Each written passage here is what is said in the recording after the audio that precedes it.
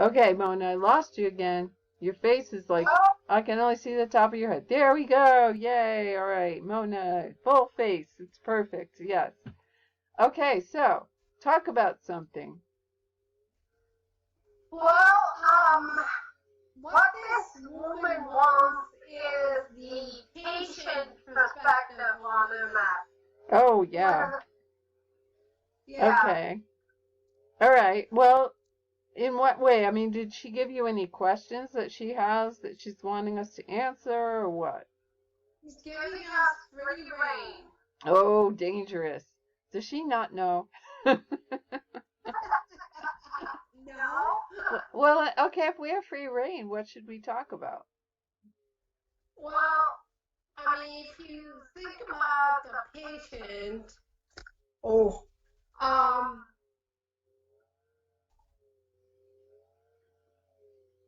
just day to day stuff, Okay, so she doesn't want to know like what medicines we've taken or any of that, or does she?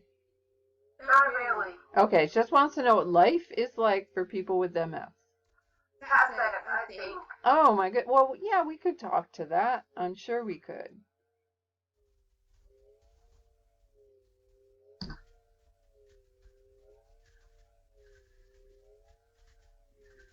What are you thinking? You look like you're thinking. I'm thinking about three things at the same time. Oh, okay. Well, uh, well, I'm in such a place now where my life has completely changed. Yeah. I mean, now that I've sort of embraced this wheelchair way of moving around, um, I feel like I am really not somewhat part of the world anymore. Mm. But my mind has made me think that I'm in my own universe Okay. and not really. I have friends, I have you, I have people, Right. but I don't know. I just kind of I like my day and I like the way I do my day. Mm-hmm. I don't like interruptions. No, well, I'm with you on that one. I know. I have a plan, and it's very curtailed compared to my plans that I used to have, right?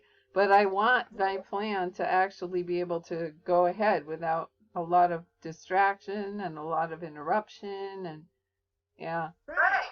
But I feel bad about that because, I want to be available to people and open to interruption. Yeah. So, yeah, I think I sort of get what you're saying about not really feeling like you're part of the world. It's just that we protect our plan more than we used to, maybe. Yeah. And I'm in a place where I have to protect what I have. Yeah, I know. Well, we both are, that's the thing. I have really learned about my fatigue and not to even expect certain things from myself. And when I do things, I plan them out. I think about it. I think through the steps. I think through okay, is there somewhere I'm going to need some help? Am I going to be able to do that by myself?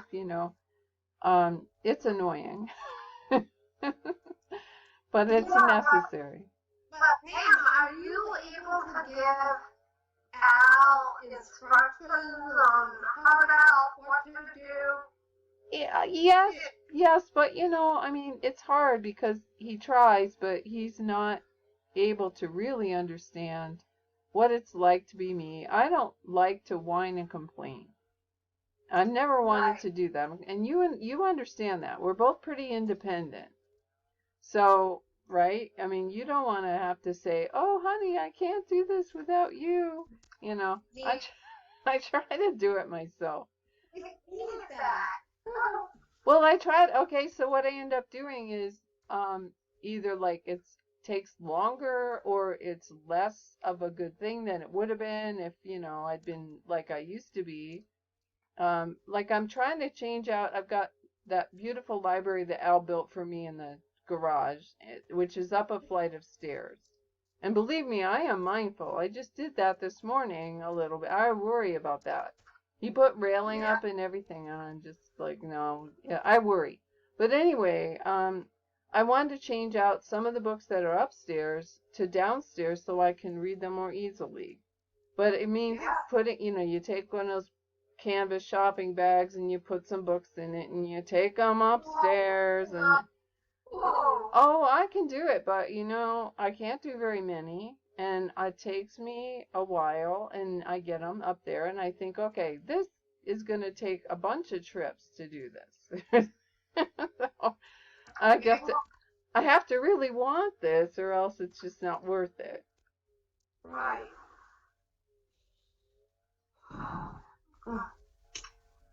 But think of everything we still can do. I mean, this is nice. When I talk to you on the phone, you're the Mona that I know. You haven't changed.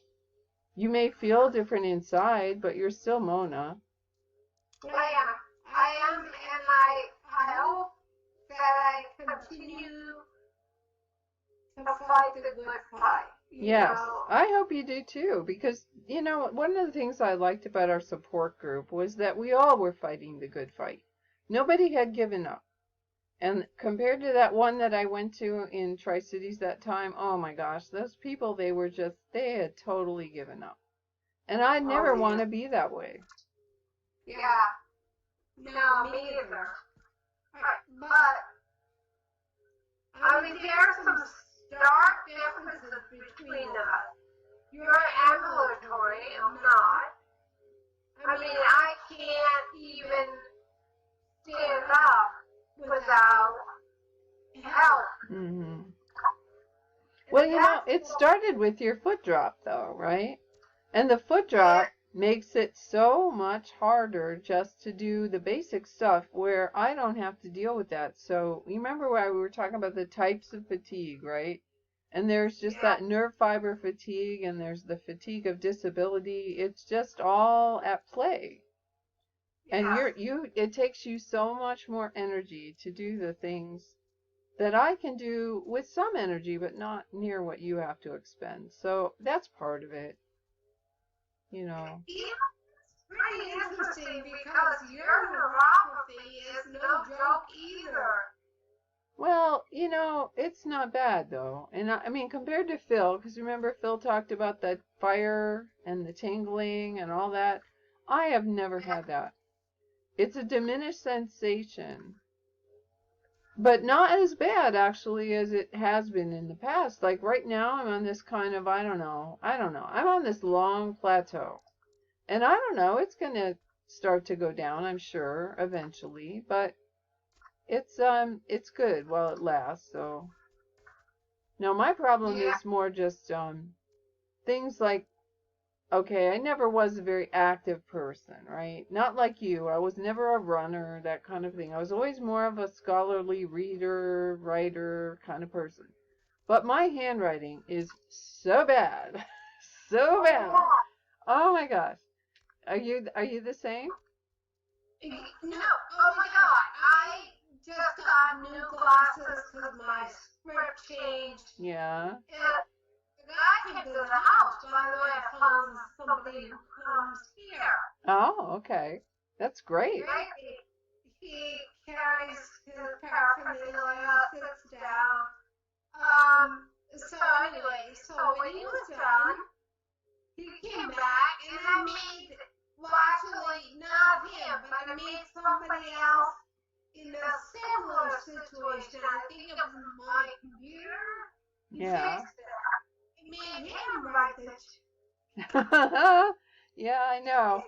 That's kind of where it is. If you want people to read it, right? You just don't write it yourself. When I need to write a check, I have Al write the rest, the most of it, and then I sign it because my signature still looks good. But the rest of my writing, forget it. David writes the check and I sign it. Yep. Well, that's kind of how it has to be, I guess. I'm going to try and I get this. was rascal not too long ago, sitting in seminars taking notes. Yeah. And now I can barely write the word green tea. Pick me up some green tea. Oh, right? no. You know, that sounds so familiar because when I do grocery lists for Al, I make him read it back to me before we leave or he goes. Usually he goes on his own. So I make sure that he reads it properly. And there have been some funny misinterpretations. I'm glad I asked because he would have come home with the totally wrong thing. So that's a commonality. You don't go shopping anymore.